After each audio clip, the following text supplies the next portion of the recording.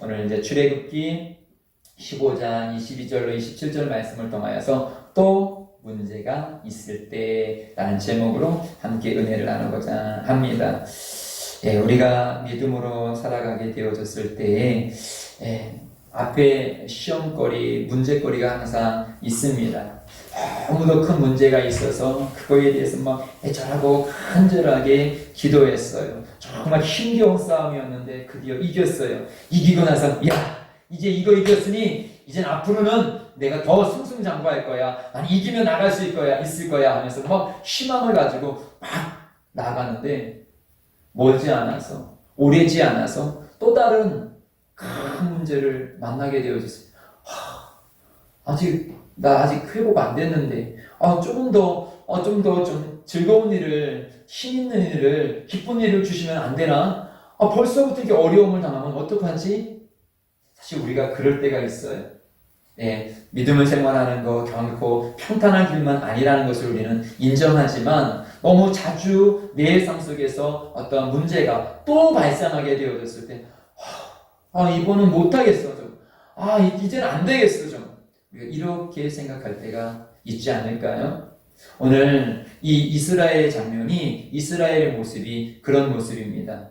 그들은 출애굽을 하게 되어졌는데 탁월한 리더자가 그들 앞에 나타나서 10가지 재앙으로 그들이 이 애굽 땅에서 가치를 두었던 모든 것이 별 가치가 없다라는 것을 보여주며 참된 가치는 하나님밖에 없다라고 그들에게 메시지를 전할 때 그런 것 같다. 그리고 저분을 따라가면 자유가 있다고 말을 하니까 그래 따라가보자 하면서 그들이 살아왔던 그런 모든 환경을 버리고 그들은 모세를 따라서 출애굽을 하게 되어집니다. 그런데 그들이 출애굽하고 있는데 그리고 막 떠나고 있는데 그들 앞에 큰 바다가 앞을 가로막아요. 그 바다를 건널 수 없는데 뒤에서는 말발굽 소리가 터덕터덕 나게 되어져요.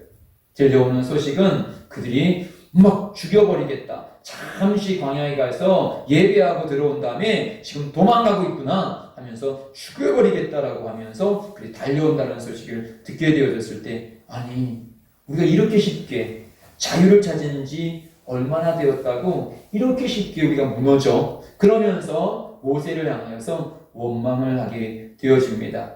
그런데 그때 모세는 하나님을 향하여서 기도하게 되어졌을 때 그 막막했던 그 바다가 밤새도록 서서히 갈라지게 되어지고 드디어 그들은 그 바닷길을 향하여서 걸어가게 되어집니다.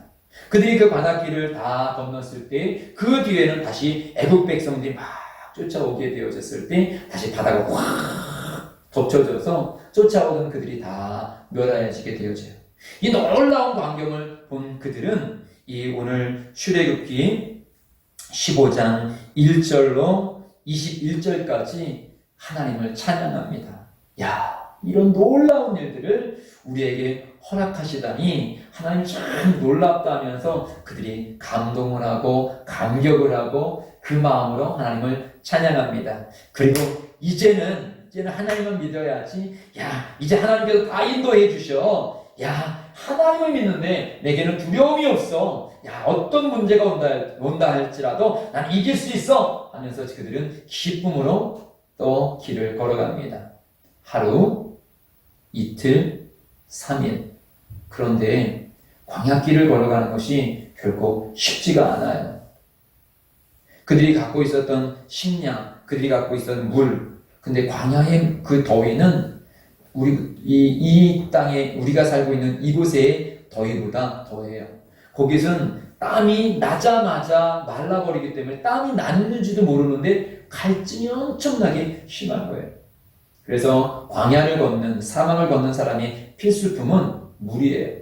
땀이 나지 않아도 갈증이 나지 않아도 반드시 물은 정기적으로 먹어야 된답니다.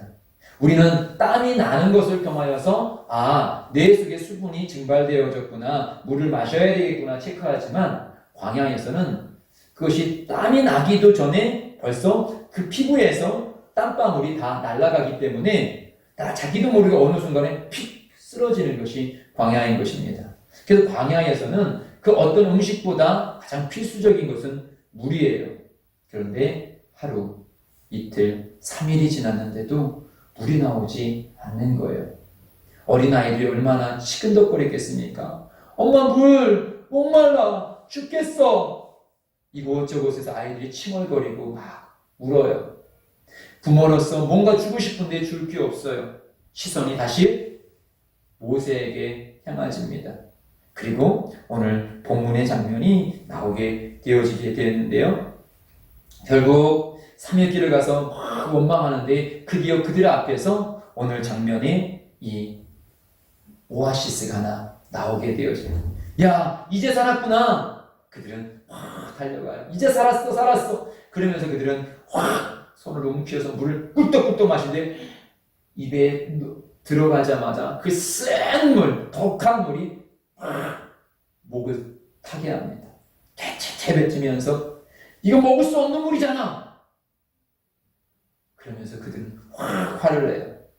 그리고 나서 오늘 이제 원망합니다. 우리 오늘 본문 22절, 23절 함께 읽겠습니다. 22절, 23절이요. 시작. 모세가 홍해에서 이스라엘 인도함에 그들이 나와서 수르 광야로 들어가서 거기서 사흘 길을 걸었으나 물을 얻지 못하고 마라에 이르렀더니 그곳 물이 쏘서 마시지 못하겠으므로 그 이름을 마라라 하였더라.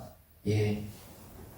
모세가 홍해에서 이스라엘 인도함에 그들이 나와서 수르 광야로 들어가서 거기서 사흘 길을 걸었으나 물을 얻지 못하였고요. 그 다음에 마라라는 곳에 이르렀더니 거기 물이 있었어요. 그런데 그 물이 써가지고 마실 수가 없더라는 것입니다. 그리고 나서 그들이 이제 24절이에요. 24절 말씀 읽습니다. 시작. 백성이 모세에게 원망하여 이르되 우리가 무엇을 마실까 하매.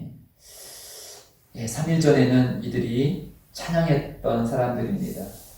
3일 전에 그들의 생애에서 가장 놀라웠던 홍해가 갈라지고 그 갈라지는 그 속에서 애굽, 자기들을 평생 괴롭혔던 그 애굽의 병사들이 숨을 다하는 죽는 장면을 바라보면서 야, 하나님을 믿는 것이 이런 황의가 있구나 하면서 찬양했던 그들인데 3일도 안 되어서 그들의 입술 속에서 다시 원망이 나오게 되어지더라는 것이죠.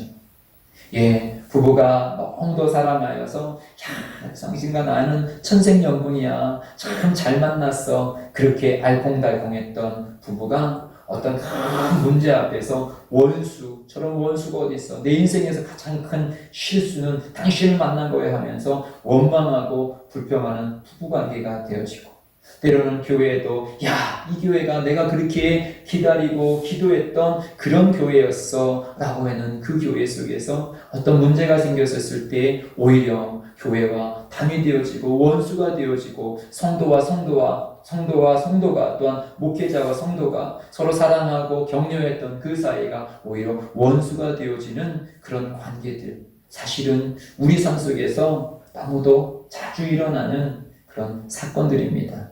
바로 지금 이 마라의 이 우물 앞에서, 이 오아시스 앞에서 일어나는 장면이 그것이었어요. 예, 모세를 바라봤을 때, 야, 저 사람이 하나님께서 세운 사람이구나. 그렇게 따라왔고, 홍해가 갈라졌을 때, 그렇게 그들은 기대하였지만, 막상 3일도 안 되어서, 그들은 다시 모세를 원망하고, 하나님을 원망하게 되어지는 것입니다. 또다시 문제가 생겼다라는 것이죠. 우리들 속에도 또다시 문제가 생겼다라는 거죠. 나는 지쳤다라는 것이죠. 25절입니다. 25절이요. 시작. 모세가 여호와께 부르짖었더니 여호와께서 그에게 한 나무를 가리키시니 그가 물에 던지니 물이 달게 되었더라. 거기서 여호와께서 그들을 위하여 법도와 율례를 정하시고 그들을 시험하실세. 예, 홍해 앞에서도 무리들은 문제가 생기니까 제일 먼저 나왔던 것이 원망이고 불평이었습니다. 그리고 환경이 좋으니까 막 찬양을 했어요. 그런데 또다시 문제가 생기니까 그들은 또다시 며칠 전에는 찬송했던 입이 있지만 바로 그 찬송하던 며칠 전에 있었던 그 부정한 입술이 다시 그들 속에서 나와서 또다시 원망하고 불평해요. 그런데 모세는 홍해 앞에서도 그가 문제를 다 당했을 때 모세는 원망하고 불평하기보다 먼저 하나님을 찾았고 기도했습니다. 그랬을 때 하나님께서 모세를 통하여서 하나님께서 그 홍해를 가르게 해주셨어요. 그 장면을 기억했던 모세는 다시 이 문제 앞에서 또다시 만난 이 문제 앞에서 모세는 또 기도합니다. 여호와께 부르짖었더니 아무도 기도하지 아니하는데 모세만은 기도합니다. 왜요? 이전에도 그 홍해가 갈라졌던 것은 그냥 단순한 기적이 아니라 단순한 자연 환경이 아니라 주님 앞에 기도하게 되어졌을 때 주님께서 역사하신 것을 알기 때문에 그는 다시 기도하게 되어져요. 그리고 그 기도할 때 하나님께서는 다시 이 문제, 또다시 만난 이 문제 또한 하나님께서 해결해 주시는 것을 보게 되어집니다. 주님께서 우리에게 말씀하십니다. 요한복음 16장 33절이요. 시작. 이것을 너희에게 이르는 것은 너희로 내 안에서 평안을 누리게 하려 함이라. 세상에서는 너희가 환난을 당하나 담대하라. 내가 세상을 이기었노라. 사랑하는 성도 여러분, 주님께서 우리에게 말씀하십니다. 너희는 예수 안에 평안하라고. 여러분 평안하십시오. 어떤 염려와 걱정 앞에서 평안하십시오. 그런데 평안하는 이유가 예수 믿으니까 승승장구야. 예수 믿으니까 다 이겨. 예수 믿으니까 환난이 없어. 예수 믿으니까 환난이 면제되었어. 그러니까 평안해. 그러니까 기뻐해. 이것이 아니라 평안을 누리게 하려 함이라. 그런데 그 평안은 어디서 누려지느냐? 세상에서 너희가 환난을 면하나가 아니라 환난을 당하나. 예수 믿는 우리에게 환난이 있다라고 주님께서 분명히 말씀하셔요. 그런데도 평안하래요. 그런데도 기뻐하래요. 지금 물이 없어서 이 고통스러운데 어떻게 기뻐할 수 있습니까? 내 삶이 이렇게 어려운데 문제가 해결돼야지 기쁘지요. 그런데 주님은 평안하라고 말씀하십니다. 마리아에게 가브리엘 천사를 보내게 되어졌을 때 너는 성령으로 하나님의 아들을 잉태할 거야. 처녀가 시집도 안 갔는데요. 아니 지금 정혼한 상태인데요. 정혼해서 아직 남편 될 사람과 관계를 맺지 않았는데요. 만약에 이 상황에서 아이를 베게 되어지면요. 돌에 맞아 죽어요. 어떻게 평안할 수 있습니까? 나만 죽는 것이 아니라 내 부모도 욕먹어요. 어떻게 평안할 수 있겠습니까? 그런데 천사를 통하여서 주님은 말씀하십니다. 은혜 받은 자여 평안할지어다. 그 이유는 무엇이냐? 환난이 없는 것이 아니라 뒤에 말씀이 있는 것입니다. 담대하라. 내가 세상을 이기었노라. 사명을 주신 주님께서 우리보다 먼저 그 길을 가신 주님께서 먼저 이겨놓으시고 너는 그 길을 따라오라 라고 말씀하고 있는 것입니다. 우리가 예방접종을 맞지요. 지금 이제 코로나 예방접종도 거의 있으면 이제는 우리가 마치게 될 텐데요. 우리 예방접종이 뭘까요? 예방접종이라는 것은 병균을 우리 몸에 투여하는 거예요. 아니, 왜 병균을 투여해요? 그래서 여러분, 연세 드신 분이나 약하신 분들이 예방접종 맞고 돌아가시는 분들이 있지요. 왜 그럴까요? 그 병균을 맞았기 때문에 그래요. 약한 병균을 맞았는데 약한 병균보다 내 몸이 더 약하면 지는 거예요. 그래서 사실은 우리가 그래서 예방접종 맞을 때 내 몸 상태를 요즘에 말하라 이렇게 하고 뉴스에도 나오죠. 요즘에 무슨 당뇨가 있습니다. 뭐가 있습니다. 괜찮을까요? 이런 거에 이야기를 하지. 예전에는 그런 거 안 물어봤죠. 어제까지 108명인가 돌아가셨대요. 그렇게 많이 죽었는데도 뉴스에는 별로 안 나오지만 어찌되었든 병균을 넣는 거예요. 왜 병균을 넣을까요? 이길 수 있게 만들어 놓은 거예요. 대부분 사람들이 이겨놓게 힘이 다 없는 병균을 말아놔서 내 몸속에 있는 세포들이 저 이상한 놈들 왔네? 그러면 싸워보는 거예요. 싸우면서 만만하네, 이길만하네 하면서 막 싸우면서 얘는 이렇게 때리면 이기는구나, 그걸 경험을 쌓는 거예요. 경험을 쌓았던 그 내 몸에 있는 건강한 세포들이 진짜 코로나 바이러스가 들어오고 독감 바이러스가 들어왔을 때 그때 이겼었지, 그때 이렇게 싸우니까 이겼었지, 그래 요번도 이렇게 싸우면 돼 하면서 그 싸운 경험을 가지고 실질적인 강한 그 바이러스가 왔을 때 그 경험으로 이기게 되어지는 거예요. 그래서 우리가 예방접종을 맞는 거예요. 바로 주님께서 우리들에게 말씀하시는 것이, 믿음의 삶은 환난이 없는 삶이 아니라 내가 이겨놓은 삶, 내가 다 이겨놔가지고 다 지쳐놓은, 다 비실비실한, 너는 예수의 이름으로 그 비실비실한 것을 믿음으로 이기면 돼, 기도를 이기면 돼, 말씀을 이기면 돼. 환난이 없는 삶이 아니라 환난 앞에 당당한 삶, 시험이 없는 사람이 아니라 시험을 이기는 삶. 그래서 우리는 시험을 만나나 시험을 이기는 사람이지, 시험을 만나서 시험에 들면 안 되는 것입니다. 환난을 만나나 환난에서 내가 취해버려갖고 지는 사람이 아니라 환난 앞에 당당하게 예수의 이름으로 이기는 사람이 되라고 주님께서 말씀하고 있는 것이에요. 그래서 믿음의 삶은 환난의 면제가 아니라 환난의 이김을 주시는 것입니다. 아멘? 예. 지금 모세는 무엇으로 이겼습니까? 기도로 이겼단 말이죠. 예. 우리 본문 25절 말씀. 다시 맨 뒤에 주님께서 뭐라고 말씀하시냐면, 그들을 시험할세. 네. 성경을 자세히 보게 되어지면 사단의 테스트, 사단의 유혹이 있고요.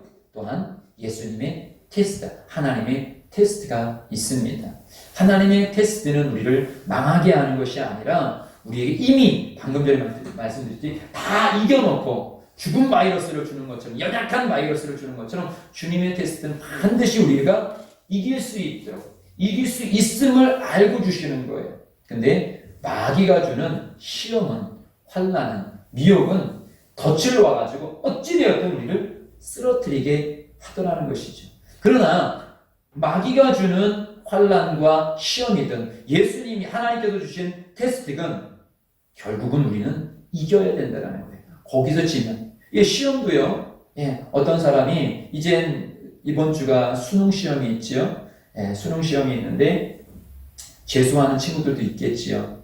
근데 어떤 사람이 나는 진짜 내가 원하는 대학을 꼭 수능 시험을 잘 봐가지고 갈 거야. 그래서 재수하고 삼수하고 사수하고 10수하고 20수하고 30수하고 50수하고. 그러면 여러분, 삼수 사수한 친구들에게는 격려해요. 야, 너 대단하다. 포기도 하지 않고, 야, 파이팅! 그렇게 할 거예요. 그런데 여러분, 50수를 했다고 보십시오. 그런 사람을 향해서 대단해! 박수 치겠습니까? 저 사람 좀 어디가 이상한 거 아니야? 시험은, 수능 시험은 우리를 망치게 만드는 것은 아니에요. 그러나 수능 시험도 내가 이기고 나서 내가 원하는 성적을 얻어야지요. 이기지 못하면 수능 시험 때문에 인생이 망치는 사람도 있어요. 예전에 고시 시험 준비하다가, 고시 시험도 나를 망치게 하는 시험은 아니에요. 그러나 그냥 그것을 넘겨가지 못해서 어떤 사람은 50대까지 계속 고시만 봤던 그런 분들도 우리 예전에 드라마 보면 보게 되어져요.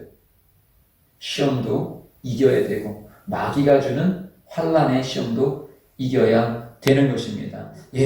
우리들에게는 이런 마라의 쓴물과 같은 시험들이 있더라는 거예요. 오늘 이 마라의 쓴물은 하나님께서 이 이스라엘 백성들을 시험하려고, 오늘 본문에서 그들을 시험하려고 허락하신 테스트용이 나더라는 것이죠. 근데 그들은 그 시험에서 지금 낙제점을 받았어요. 이 시험에서 이겨야지 광야 속에서 그들이 정말 이기며 가는데, 여기에서 지니까 다음 시험에서도 그들이 지고 가더라는 것입니다. 요셉을 보십시오. 그 요셉에게는 형들에게 거절당하는 시험, 그런 쓴물이 있었지요. 노예로 팔려가는 시험이 있었지요. 거기서 다시 또 모함을 받아서 오해를 받아서 감옥에 들어가는, 간음하는 그런 남자로 오해를 받아가지고 다시 감옥에 들어갔지요. 또 감옥에서는 술 맡은 간원의 꿈을 해석해 줬지만 그가 잊어버려가지고 다시 기다림의 쓴물을 마셔야 됐습니다. 그러나 어느 곳을 보아서도 요셉은 원망하거나 불평하지 않았다라는 것이죠. 테스트를 하나 이겨간 거예요. 초등학교 시험을 이겨가고 중학생이 되고 중학교 시험을 이겨가고 고등학생이 되고 고등학교 시험을 이겨가고 대학생이 되고 대학생이 시험을 이겨가고 직장 사회인의 그 자리까지 계속 테스트를 이겨가더라는 것이죠. 그러니까 결국은 그 테스트가 이기니까 주님께서 쓰고자 하는 그 위치에 나를 요셉을 딱 갖다 놓으라는 것이죠. 결국 하나님께서 형들이나 그 보디발의 아내나 이 술 맡은 관원을 그 자리 속에서 허용하신 것, 그 쓴물을 허용하신 것은 하나님께서 요셉을 만들려는 하나님의 의지가 있으셨다는 것이죠. 오늘도 이 마라를 하나님께서 허용하신 이유는 마라를 통하여서 그들이 이겨가서 앞으로 걸어갈 광야 속에서도 절대적으로 하나님만 의지하는 그래서 또 어떤 시험을 만나더라도 거기에서 막 흔들리지 아니하고 또다시 성숙해져가고 또다시 성숙해져가며 가나안 땅을 소유하기에 부족함이 없는 사람으로 만들고 싶어 하시는 하나님의 의도가 뜻이 있으셨다라는 것입니다. 욥도 볼까요? 우리 욥의 잠깐만요. 로마서 말씀을 기록했네요. 욥기에서 말씀 함께 읽겠습니다. 욥기요. 시작. 그러나 내가 가는 길을 그가 아시나니 그가 나를 단련하신 후에는 내가 순금같이 되어 나오리라.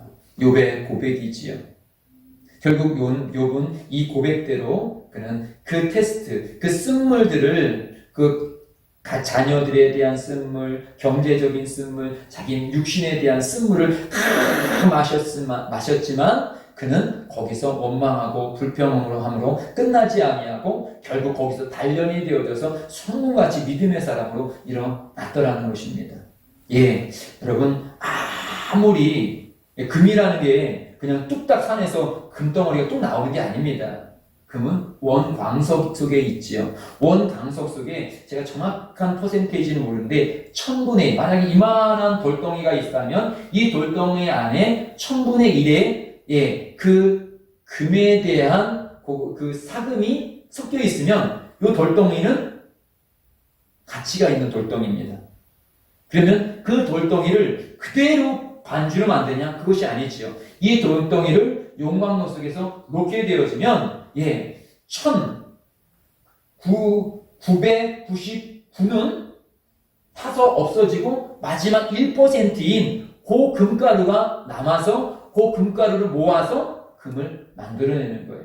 여기에는 우리는 어떻게 보면 돌과 같은 내 속에는 금과 같은 귀한 하나님의 사명이 있지만 그 사명만 같이 있는 것이 아니라 다시 내 삶 속에서는 내 가치관 속에서는 더덕더덕 붙어있는 세상 돌가루 같은 것들이 내 속에 있어요. 그래서 하나님께서 귀하게 쓰고 싶지만 아직도 그 귀하게 쓰임 받는 그 사명보다 더 내 속에 붙어있는 것이 많기 때문에 하나님께서는 테스트를 통하여서 나를 연단을 통하여서 내 속에 있는 가장 값진 것을 나오게 내 속에 있는 가장 값진 것을 귀하게 쓰시려 하고 있더라는 것이죠. 그런데 우리가 그걸 거부한다면 나 용광로 속에 들어가기 싫어 라고 들어간다면 여러분 아무리 이 금이 포함되어진 귀한 이 원석이라 할지라도 이 원석 자체로 쓸 수 있는 건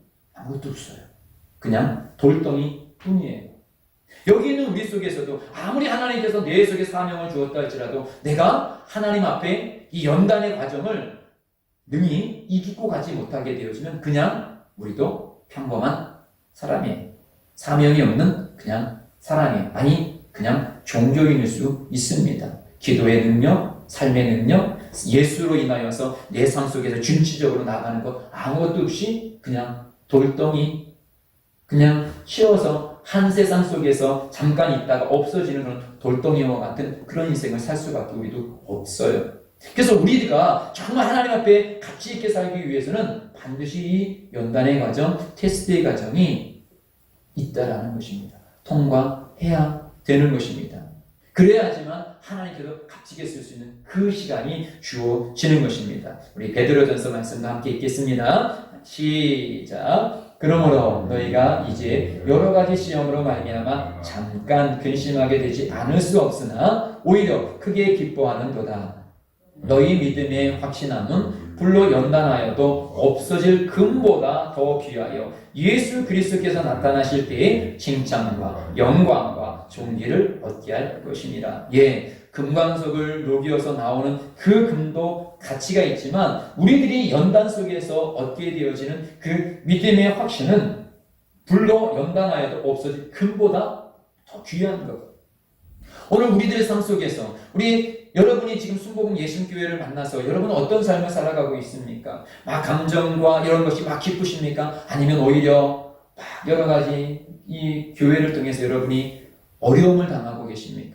여러분 인생 속에서 어쩌면 순복음 예수교회가 거쳐가는 교회일 수도 있고요. 끝까지 함께 갈 수도 있고요. 그것은 주님의 뜻 가운데 있겠지요. 그러나 분명한 사실은 이 교회를 통해서 나를 만들어가는 사람이 있는가 하면 그냥 스쳐가는 인생으로 끝나시는 분들도 있어요. 저는 기도하고 간구합니다.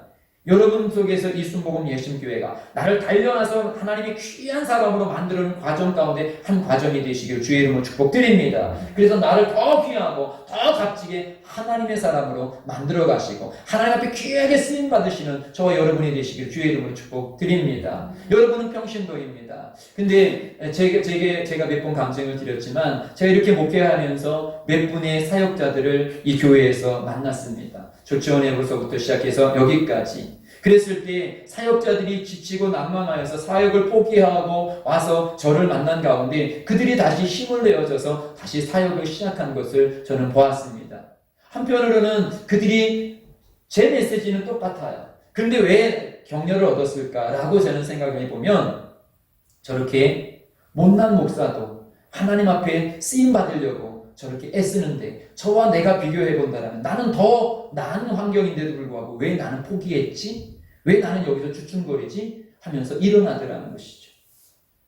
어떻게 된 메시지냐? 제가 생각하는 생각이에요. 그들이 어떻게 일어났을까? 내가 전해준 메시지를 듣고 일어났을까? 그건 다 주님이 하신 일이지만 제가 생각하기는 그렇게 생각해요. 이런 못난 목사도 정말 주님 앞에 쓰려고 애쓰는데 왜 나는 이렇게 포기했을까? 그렇습니다, 여러분. 여러분들 속에서 이 순복음 예수교회를 보시면서 하나님을 찾고 하나님을 만나시기를 주의 이름으로 축복드립니다. 아까도 말씀드렸죠. 초대교회는 그렇게 어려운 가운데서도 죽음 앞에 속에서도 이별의 슬픔 속에서도 그들은 그렇게 무너지지 않았던 것은 그들은 그곳에서 주님을 경험했기 때문에 그 주님으로 인하여서 복음의 역사는 바로 여기까지 나에게까지 왔다라는 사실을 잊지 아니하시기를 주의 이름으로 축복드립니다. 결국 우리의 인생 속에서 교회의 만남, 사람과의 만남은 우연이 아닙니다. 내게 주시는 분명한 메시지가 있는 것입니다. 한재근 목사를 여러분이 만나고 순복음 예수교회를 만난 이유는 분명하게 내 인생에 대한 주님의 메시지가 있어요. 그 메시지를 받고 그 메시지를 내 것으로 만든 사람은 이 인생이 이 교회를 섬겼던 이 교회를 섬기고 나아가는 이 시간이 결코 헛된 시간이 아니에요. 그러나 내가 그렇지 아니하다라면 어쩌면 내 인생 속에서 그 교회를 만났던 것은 내 인생 속에서 허비였어. 여러분은 여기에 있는 여러분은 단 한 명도 허비된 인생으로 이 교회의 만남이 되지 아니하시기를 주의 이름으로 축복드립니다. 나를 단련하여서 더 귀한 사람으로 만들어내어지고 그렇게 쓰임받을 수 있는 여러분이 되시기를 주의 이름으로 축복드립니다. 25절이요. 25절 말씀 다시 한번 읽습니다. 시작. 모세가 여호와께 부르짖었더니 여호와께서 그에게 한 나무를 가리키시니 그가 물에 던지니 물이 달게 되었더라. 거기서 여호와께서 그들을 위하여 법도와 율례를 정하시고 그들을 시험하실세. 보세요. 모세가 기도하였더니 여호와께서 그에게 한 나무를 가리키시더라. 기도하였더니 해결책이 보이더라는 거예요. 결국은요, 아무리 뭐라고 한다 할지라도 기도 외에는 다른 방법이 없습니다. 기도가 해결책이에요. 우리의 지식으로, 우리의 감정으로, 우리의 생각으로는 내 최선까지 다했을 때 내가 좀만 더 최선을 다하면 잘 되겠지 했는데 여러분 최선을 다해봤어요. 그리고 안 되면은 어떻게 했습니까? 최선을 안 한 사람보다요 더 큰 낙심이 있어요. 열심을 안 한 사람보다요 더 낙심이 있어요. 내가 시도하지 않았을 때보다요 시도하고 나서 낙심이 더 커요. 왜냐하면 시도하지 아니하기 전에는 내가 안 했기 때문에 그렇게 되었다고 생각이 들거든요. 내가 열심을 안 했기 때문에 그렇게 실패했다고 생각을 들었거든요. 근데 나는 열심히 했어요. 나는 최선을 다했어요. 그리고 나서도 실패해 보십시오. 그리고 나서도 또 문제를 만나 보십시오. 나는 다 해봤는데 이제는 안 되네. 포기해야 되겠다. 낙심이 팍 와요. 그런데요, 그때 기도하면 주님께서 새롭게 열어주시는 것을 보게 되어야죠. 기도에 응답되어진, 기도를 응답받은 믿음의 사람들의 동일한 것을 보게 되어지면 결국 기도도 씨름인 거예요.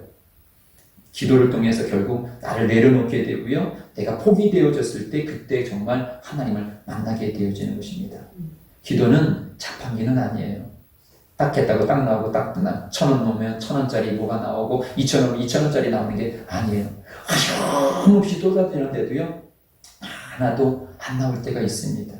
그런데 어느 순간 주님께서 나오게 하신, 주님께서 말씀하시는 그 역사의 시간이 있습니다. 저는 이 개척교회를 하면서 기쁜 것이 하나 있어요. 기쁜 것이 여러 가지 있지만 그 중에 이번 주도 경험을 하게 되어졌어요. 이번 주도 운전을 하게 되어지는데 온 세상이 내 세상 같은 거 아셔요?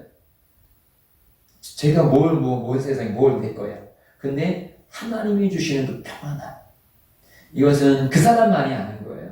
근데 이거는 세상이 줄 수가 없어요. 돈이 줄 수 없고요. 누가 격려한다고 격려가 될 수는 없어요. 그런데 하나님이 주시는 그 기쁨은요. 세상에서 줄 수 없는 기쁨. 저는 우리 예심 가족들이 자기의 골방 속에서, 자기의 삶 속에서 그 평안을 꼭 누렸으면 좋겠어요. 하나님은 그렇게 다가오셔요.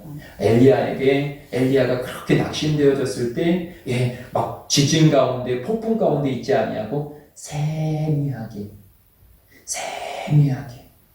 여러분, 그 세미한 목소리는 언제 들리냐? 내가 주님을 찬양하고 기도할 때. 그때 주님께서 세미하게 말씀하셔요. 때로는 주님께서 분명하게 죄문아 이렇게 말씀하시는 경우도 있겠지요. 저는 주님의 음성을 직접적으로 든 거는 딱 한 번인가 두 번밖에 없어요. 근데 그것도 죄문아 이런 것이 아니었어요. 그냥 천사들이요 막 기도하는데 할렐루야 그래서 저는 밖에서 누가 음악을 틀어놓는 줄 알았어요. 새벽에 기도하는데 딱 일어나서 막 두리번거렸어요. 근데 아무리 두리번거려도 어디선가 그 소리는 들리지 않았어요. 근데 그 막 할렐루야라는 그 천둥과 같은 그런 막 소리. 야, 이런 게 영적인 소리구나. 저는 처음으로 남이 간증하는 소리가 아니라 제가 체험하게 되어졌어요. 그런데 이런 소리는 자주 안 들리더라고요. 그런데 이렇게 세미한 소리, 내 감정을 통하여서 또 환경을 통하여서 막 주시는 것은요, 종종. 근데 오히려 내가 기쁘고 막 잘 되는 그 속에서는 이런 세미한 소리를 잘 못 느껴요. 그런데 곤고하게 되어졌고 더 이상 세상을 의지할 수 없는 그런 상황에 되었을 때 주님 알고 내 마음을 주님께 내려놓을 때 주님께서 내 마음을 다 어린아이를 엄마가 살짝 품에 안지는. 저는 그래서 제가 시골에 자라는 것을 너무도 감사해요. 봄이 되어지면 아직도 기억나는 게 저희 어렸을 때는 이가 그렇게 많았어요. 그래서 집에 각각 집집마다 이 하는 무슨 빛이죠, 그죠? 참빛이 다 있었어요. 그럼 봄이 되어지면 마루에 이렇게 어머니 그 무릎에 이렇게 앉으면 어머니가 머리를 이렇게 빗어줘요. 그러면 탁 이 잡지요. 그런데 따스한 햇살 속에서 어머니 머릿속에서 이렇게 머리 참빛이 이렇게 그때 얼마나 평안한지 몰라요. 저는 그것이 되게 평안하게 느껴졌어요. 따스한 햇살 속에. 겨울에 시골집은 너무 춥거든요. 저희 시골집은 윗목에다가 물을 올려놓으면 아랫목은 막 엉덩이가 막 탈 것 같은데 윗목은 막 얼음이 얼어요. 그리고 막 이렇게 문고리를 딱 잡으면 삐지직 문고리에 내 손이 붙어버려. 그렇게 추운 집에 있다가 봄에 햇살이 쫙 비쳤을 때 어머니의 무릎 속에 있는 것은 그때 그 어린아이는 아무 문제가 없어요. 우리 집이 뭐 가난하건 부유하건 아무 문제가 없어요. 그냥 평안. 그런데요, 제가 이렇게 목회를 하면서 어려움을 닥쳤을 때 주님께서 주시는 그 세미한 평안이 바로 그런 평안이에요. 아무것도 없는데 그냥 주님으로 인하여서 줄 수 있는 평안. 저는 우리 예신 가족들이 그 평안을 누리시기를 주님의 이름으로 축복드립니다. 그것이 언제 주느냐? 바로 기도할 때. 모세가 기도하는데 나무는 원래 있었던 거예요. 그리고 특별한 나무가 아니에요. 아주 평범한 거예요. 그런데 아주 평범하고 특별하지 아니하는 그 나무가 응답으로 다가오고 응답으로 다가온 그것이 문제를 하나하나 해결해 나가더라는 것이죠. 기도했을 때 하나님께서 갑자기 막 돈덩어리를 주고 어떤 막 큰 사람을 막 붙여주는 게 아니에요. 그냥 작은 내 마음 가운데 평안이 있고 그러면서 한 걸음 한 걸음 가게 되어지는데 문이 하나 열리고 두 개 열리고 또 가게 되어지고 또 가게 되어지면서 문제가 마치 막 엉켰던 실타래가 하나 풀려지고 두 개 풀려지는 것처럼 근데 나중에 보니까 다 풀려져 있는 거예요. 이것이 믿음의 길이에요. 이것이 기도하는 사람이 보여지는 응답의 길이에요. 누구도 그 나무 가지고 뭐 할래? 나는 지금 물이 쓰다고 말하는 거야. 목마르다고 말하는 거야. 근데 그 나무 하나 들고서 뭐 하려고? 바보 같지요. 근데 그 바보 같은 그 응답을 받았고 그 응답을 그대로 그가 순종하여서 물에 던졌더니 나뭇가지를 가리키니 그가 물에 던지니 그리고 달아지더라. 아주 간단한, 아주 어떻게 보면 비상식적인 일인데 그 일을 순종했더니 그대로 되더라는 것이죠. 기도 응답은 그래요. 그래서 우리는 지금 다 새벽 예배를 드리는데 우리 두 자매님의 길을 걸어가시는 가장 큰 이기는 비결은요, 기도셔요. 기도. 교회가 가까이 있으시니까 아직 아무도 없어요. 혹시 피아노 와서 피아노 치시고요, 찬양 부르시면 찬양은 부르시고요. 그러시면서 저는 그때 예수님을 만났어요. 저는 초등학교 6학년 때 어머니가 운동시키지 않기 위해서 도시로 전학을 시켜가지고 형님이랑 자취를 시작하게 되어졌고요. 그리고 중3 때 친구가 순복음교회로 전도를 해가지고 그전에는 그냥 어머니 따라서 시골 가서 교회 갈 때도 있고 안 갈 때도 있고 막 그랬는데 중3 때 친구 인도로 순복음교회 갔고요. 그 다음부터는 이제 형님이 군대 가고 혼자 자취하고 그랬을 때 힘들고 어려웠을 때마다 달려갔던 곳은 교회였어요. 제가 다녔던 교회는 큰 교회여서 기도실이 따로 있었습니다.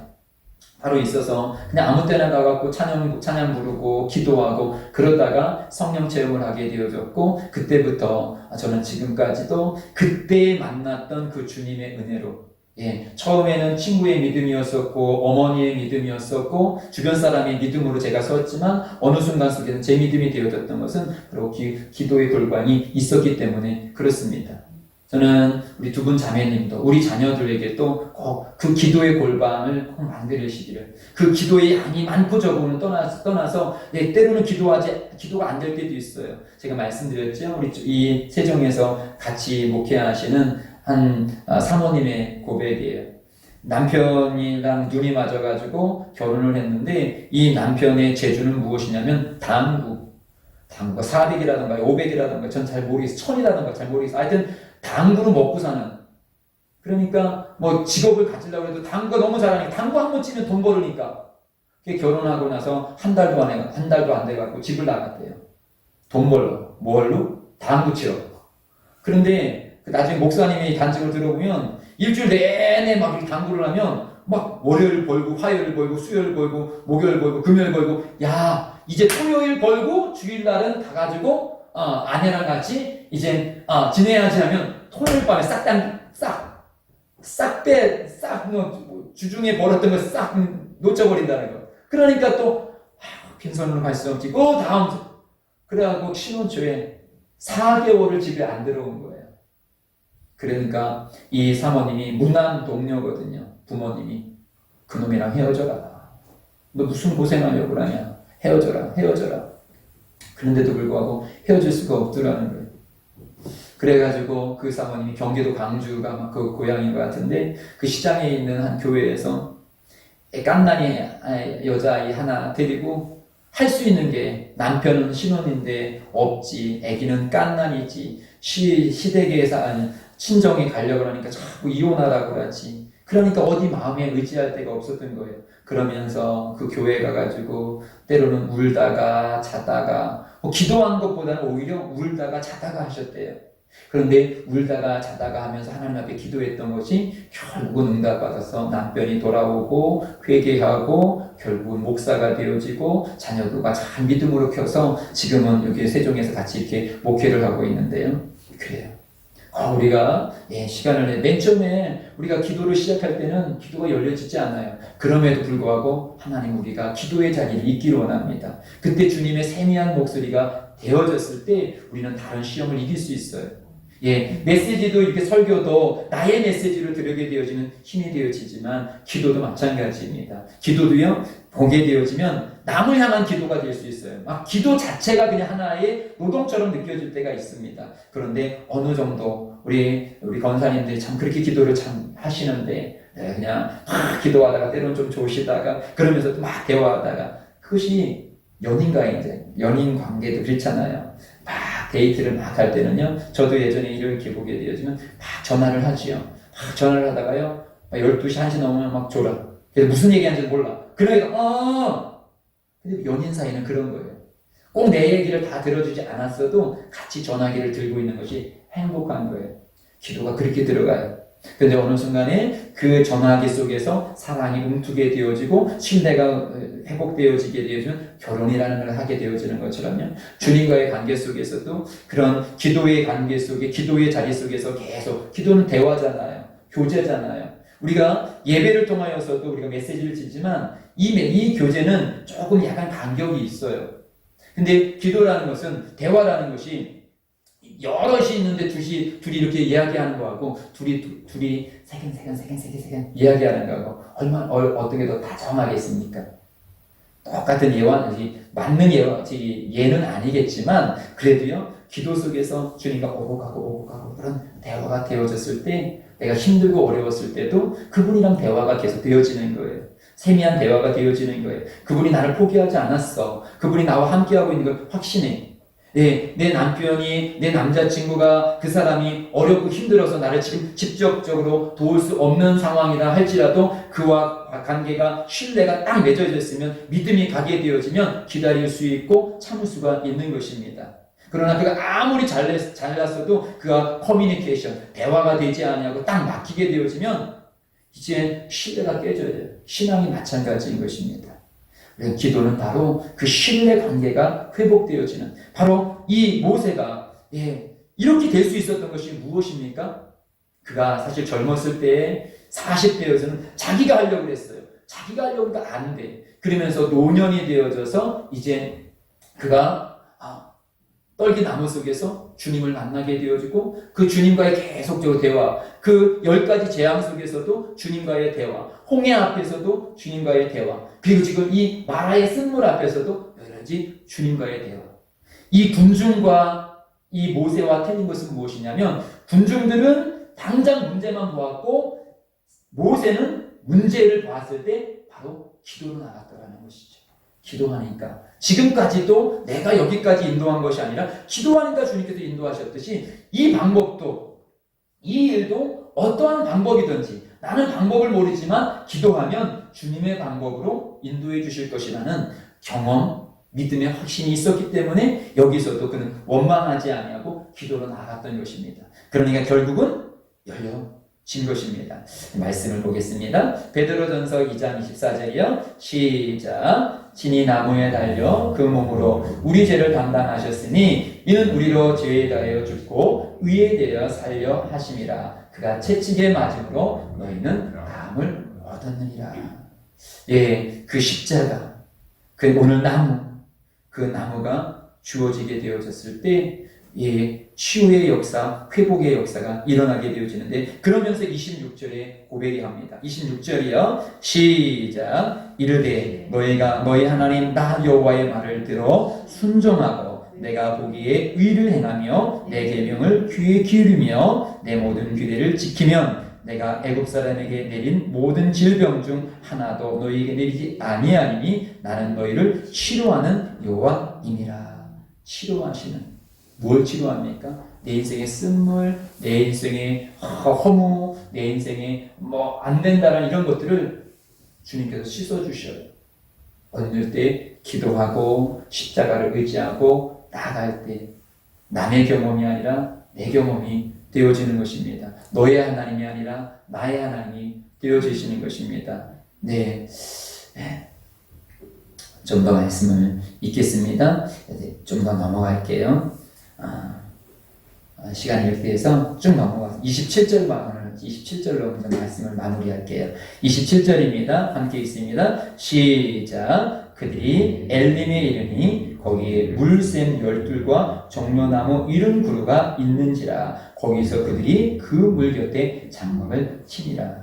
여러분, 지금 우리의 성경책을 보게 되어지면 22절과 26절이 한 단락으로 되어져 있고요. 27절은 딱 떨어져 있습니다. 왜냐하면 사건이 틀린 사건이기 때문에.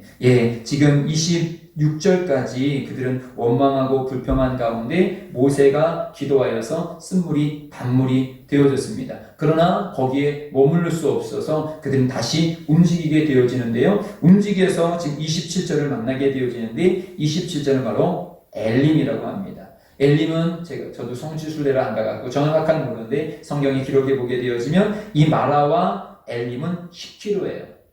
여기서 조치원역까지 10km예요. 그렇게 멀지 않지요. 우리 걸어서도 조치원역까지 갈 수 있잖아요. 근데 지금 마라에서 그들은 낙심하고 절망했습니다.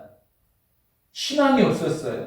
300km 왔는데도 아무것도 물이 없었기 때문에. 그런데 사실은 10km, 지금 10km 전방에 오아시스가 있었어요. 하나님은 아셨는데 이스라엘은 몰랐죠. 모세도 몰랐어요. 가던 길이 아니기 때문에. 우리의 인생, 우리는 가던 길이 아니에요. 오늘 이제 2021년 달력이 나와서 여러분께 드릴 텐데요. 우리 2021년을 살아본 경험이 없습니다. 우리는 처음 살아봐요. 근데 하나님은 2021년도 다 알고 계셔요. 내가 가보지 않는 길이지만 이미 거기에 엘림이 있었어요. 네, 아무도 몰랐어요. 오늘 우리 교회 앞에 엘림이 있습니다. 우리 인생 앞에 엘림이 있습니다. 우리의 삶 가운데 엘림이 있어요. 그런데 그 엘림의 거리를 우리는 잘 몰라요. 그런데 모르니까 불평하고 원망했지요. 모세도 몰랐어요. 그러나 그는 기도하고 갔어요. 기도하고 가니까 예비된 엘림이 있다는 것입니다. 불평하고 원망하며 그렇게 인생을 사다가 좋은 것이 있네? 그러면 감사하고, 그러다가 좀 가다가 또 불평하고, 결국 어려움 가운데 문제 앞에서 그 문제를 하나님으로부터 해결받지 못했던 그들은 좋은 일이 있으면 하하하 웃고 안 좋은 일이 있으면 계속 낙심하고 절망하는, 이것이 반복되어졌어요. 그러나 모세는 그가 이 마라 속에서, 아니 그 이전에도 마찬가지죠. 그런 문제 앞에서 자기의 방법이 아니라 주님을 찾으니까 잘된 것에 대해서 막 들뜨지도 아니하고 안 된 것에 대해서 너무 낙심지 아니하며 항상 기도로 주님의 인도하심을 받더라는 것이죠. 그리고 결국은 주님 원하시는 장소까지 그가 갈 수 있더라는 것입니다. 우리들 속에서 삶이라는 것은 그 누구도 평탄대로만 있지는 않습니다. 그럼 이 인생을 우리는 조금 좋은 일이 있으면 막 흥분하며 살아가고 또 안 좋은 일이 있으면 막 낙심하고 이렇게 감정적으로 살아가시겠습니까? 이스라엘 백성처럼, 아니면 모세처럼 그때마다 주님의 인도하심, 좋은 일도 주님의 인도하심이 있는 거고 안 좋은 일도 주님의 인도하심이 있는 일이고 여전히 내 속에는 주님의 인도하심이 있으니까 주와 동행하니 나는 참 기쁘다. 너무 잘된 곳에서도 뭐 그렇게 흥분하지도 않고 너무 안 된 곳에서도 그렇게 낙심치 않고 안 된 곳에서는 또 주님께서 이루실 기적으로 인하여서 감사하고 또 잘된 것은 주님께서 나에게 또 이렇게 베풀어 주신다도 그 또한 감사하고, 그러니까 편안하게 그 길을 감사함으로 갈 수가 있는 것입니다. 바로 이 평안, 저는 우리 예심 가족이 이 교회 속에서도 저는 한편으로는 그래요. 목사로서, 담임 목사로서 우리의 성도님들이 교회 때문에 무거운 짐을 지고 가지는 않았으면 좋겠다. 근데 무거운 짐이 있을 수밖에 없어요. 이 땅에서 빈자리를 보면 그럴 수 있어요. 그랬을 때 무거운 짐에 여러분 짐 눌리지 마시고 주님 앞에 내려놓음으로 인하여서 무거운 짐이 없을 때는 사실은 무게감이 없었지만 무게감이 있었을 때 오히려 주님 앞에 내려놓게 되어지면 거기서 느끼는 더 평안함이 커요. 제가 어렸을 때 육상선수였을 때 훈련했을 때는 여기 발목에 모래주머니, 어렸기 때문에 큰 모래주머니는 아니었지만 작은 모래주머니를 이렇게 달아요. 그리고 나서 운동장을 뛰어요. 그럼 무거워요. 되게 무거워서 조금만 뛰어도 힘들어요. 그런데 그것을 딱 뛰면 마치 구름 위를 날아가는 것처럼 확 뛰어가요. 가벼워요. 우리들 속에서 여러분 혹시 이 교회 때문에 아니면 내 자신의 어떤 문제 때문에 무게가 느껴집니까? 예, 맞아요. 그것을 없는 건 아니에요. 아까 우리가 요한복음을 봤듯이 환난이 없는 것은 아닙니다. 환난이 면제된 것은 아닙니다. 교회는 자동적으로 부흥되어지고 자동적으로 잘 되는 것이 아닙니다. 교회도 똑같이 세상과 같이 코로나의 위협도 있고요. 사람의 관계도 위협도 있고요. 여러 가지 위험이 있습니다. 그러나 우리가 그 속에서 이 시간 속에서도 멈춰지지 않아요. 모래주머니가 있지만 그럼에도 불구하고 여기를 뛸 수 있는 사람이라면 좀 있다가 모래가 풀려졌을 때 코로나가 없어졌을 때, 이 문제가 해결되어졌을 때는 난 더 가뿐히 어떤 문제 속에서도 어떤 생활 속에서도 이겨갈 수가 있는 것입니다. 그러기에 오늘 이 코로나 시대 속에서 이 순복음 예술교회를 만난 여러분들 속에서 이곳에서 우리가 다시 해야 될 것은, 또 문제 앞에서 우리가 해야 될 것은 모세처럼 다시 주님 앞에 부르짖고 그 주님 앞에 나가는 일입니다. 그때 주님께서 내 속에서 주신 세상이 줄 수 없는 놀라운 평안으로 여러분에게 주실 줄 믿습니다.